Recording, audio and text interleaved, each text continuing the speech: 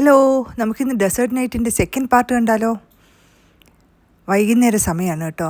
മീനും ഗ്രൂപ്പും എല്ലാം കൂടെ ക്വാഡ് ബൈക്കിനും പോയിട്ടുണ്ട്. എന്നെക്കൊണ്ട് പറ്റിയില്ല, അത് കാരണം ഞാൻ പോയില്ല കേട്ടോ. ഇനി അടുത്ത പരിപാടി എന്താണെന്ന് വെച്ച് കഴിഞ്ഞാൽ സൂര്യാസ്തമയം കാണാൻ വേണ്ടിയിട്ട് നമ്മളെ ഈ സാൻഡ് ഡ്യൂൺസിൻ്റെ മുകളിൽ കൊണ്ടുപോകും. അതിന് എക്സ്പേർട്ടായിട്ടുള്ള ഡ്രൈവേഴ്സ് ഉണ്ട്. അവരാണ് നമ്മളെ റിസോർട്ടിൽ നിന്ന് അവരുടെ കാറിൽ കൊണ്ടുപോകുന്നത് കേട്ടോ. അയ്യോ, ആകെ കുടുങ്ങിയുള്ള യാത്ര കേട്ടോ. നമുക്ക് പേടിയൊക്കെ തോന്നും, പക്ഷേ അവർ ഭയങ്കര കൂളായിട്ടാണ് വണ്ടി ഓടിക്കുന്നത്. അങ്ങനെ നമ്മൾ സാൻഡ് ഡ്യൂൺസിൻ്റെ മുകൾ തട്ടിലെത്തി കേട്ടോ. ദേ നോക്ക്, മരുഭൂമിയിലെ മണ്ണിങ്ങനെ കാറ്റടിച്ചിട്ട് ലേയേഴ്സ് പോലെ കിടക്കുന്ന നോക്ക്. നല്ല ഭംഗിയാണ് കാണാനായിട്ട്. ദേ ഇവിടുന്ന് നോക്കിയാൽ നമുക്ക് നമ്മുടെ റിസോർട്ട് കാണാൻ പറ്റും. അതിമനോഹരമായ ദൃശ്യങ്ങളാണ് കേട്ടോ.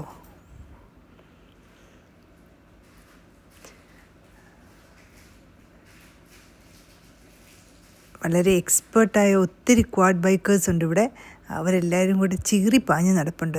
നമുക്കത് ആലോചിക്കാൻ കൂടി പറ്റുന്നില്ല. ദേ സൂര്യാസ്തമയായി.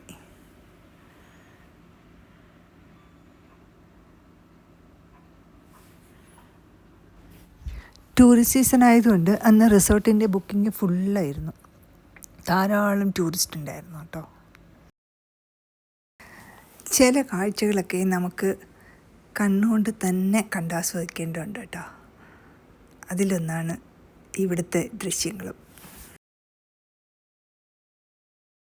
ഭയങ്കര കാറ്റാണ് ഇവിടെ കേട്ടോ. എപ്പോൾ വേണമെങ്കിലും മണ്ണ് കണ്ണിൽ വീഴാം, അതുപോലെ കാറ്റാണ് കേട്ടോ. പിന്നെ ക്വാഡ് ബൈക്കേഴ്സ് ഇതേ ചീറിപ്പാഞ്ഞ് പോകുന്നുണ്ട്. അതിന് പുറകിലായിട്ട് കാറിലും ട്രക്കിലുമായിട്ടും ആൾക്കാർ നല്ല രീതിയിൽ സാൻഡ് ഡ്യൂൺസ് കവർ ചെയ്യുന്നുണ്ട്. ഈ സാഹസികരെ കണ്ടുകൊണ്ടിരിക്കാൻ തന്നെ ഭയങ്കര രസം കേട്ടോ. അവർക്കൊക്കെ ആണെങ്കിൽ ഇതൊരു ഭയങ്കര എക്സൈറ്റഡ് ആയിട്ടുള്ളൊരു ജോലിയാണ്.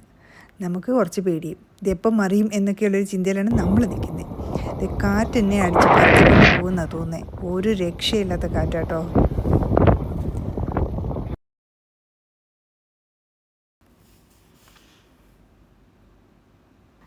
ദേ മീനുക്കുട്ടി സാൻഡ് ഡ്യൂൺസ് കീഴടക്കാനായിട്ട് ഓടിപ്പോകുന്നുണ്ട്. കുട്ടികളല്ലേ, അവർക്ക് ഇതൊക്കെ ഭയങ്കര എക്സൈറ്റ്മെൻ്റ് ആണല്ലോ.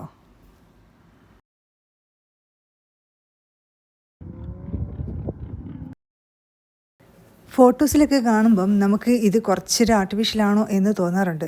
പക്ഷേ അതൊന്നുമല്ല, ശരിക്കും നല്ല വ്യൂ തന്നെയാണ്. ദേ സാഹസികരുടെ എണ്ണം കൂടിക്കൂടി വന്നുകൊണ്ടിരിക്കുക കേട്ടോ. ട്രക്കും ക്വാഡ് ബൈക്സും തലങ്ങിനെയും വിലങ്ങിനെയും ഓടിക്കൊണ്ടിരിക്കുകയാണ്.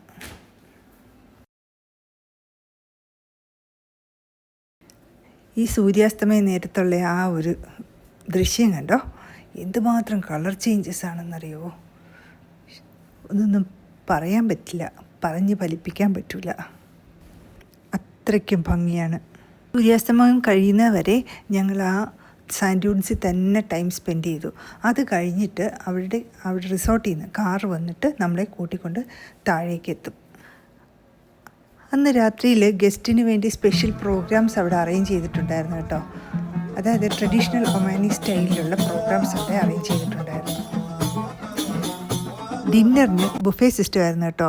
വളരെ സുഭിക്ഷമായ ഭക്ഷണം, എന്ത് വേണമെങ്കിലും ചൂസ് ചെയ്യാം. അത് ഫുഡൊക്കെ കഴിഞ്ഞ് നമ്മൾ ആകാശത്തേക്ക് നോക്കി ചന്ദ്രനെയും നക്ഷത്രങ്ങളെയും നോക്കിയിരിക്കാൻ തുടങ്ങി. എന്ത് ഭംഗിയാണെന്നോ, എന്ത് ക്ലിയർ വ്യൂ ആണെന്നറിയോ. പിറ്റേന്ന് രാവിലെയായി. ഈ താമസിച്ച കോട്ടേജിൻ്റെ പുറത്തുള്ള സ്ഥലം കേട്ടോ. നല്ല ഭംഗിയായിട്ട് ഫ്ലവേഴ്സൊക്കെ വെച്ചിട്ട് അറേഞ്ച് ചെയ്തിട്ടുണ്ട് കേട്ടോ.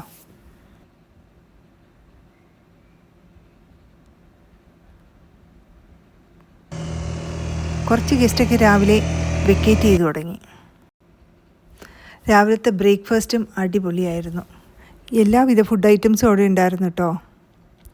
അങ്ങനെ സുഭിക്ഷമായ ബ്രേക്ക്ഫാസ്റ്റൊക്കെ കഴിഞ്ഞിട്ട് നമ്മൾ ക്യാമൽ റൈഡിന് പോയി. നിരയായിട്ട് ക്യാമൽസ് അവിടെ ഇരിപ്പുണ്ട്.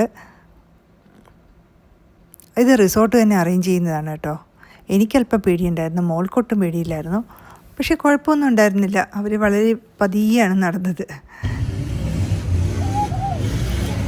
അത് കഴിഞ്ഞിട്ട് മോളും അച്ഛനും പിന്നെയും പോയി ക്വാഡ് ബൈക്കിങ്ങിന്.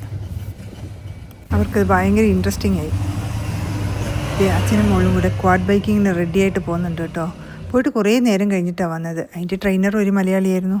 അങ്ങനെ കുറേ നല്ല ഓർമ്മകളൊക്കെ ആയിട്ട് നമ്മൾ തിരിച്ചു പോവുക കേട്ടോ.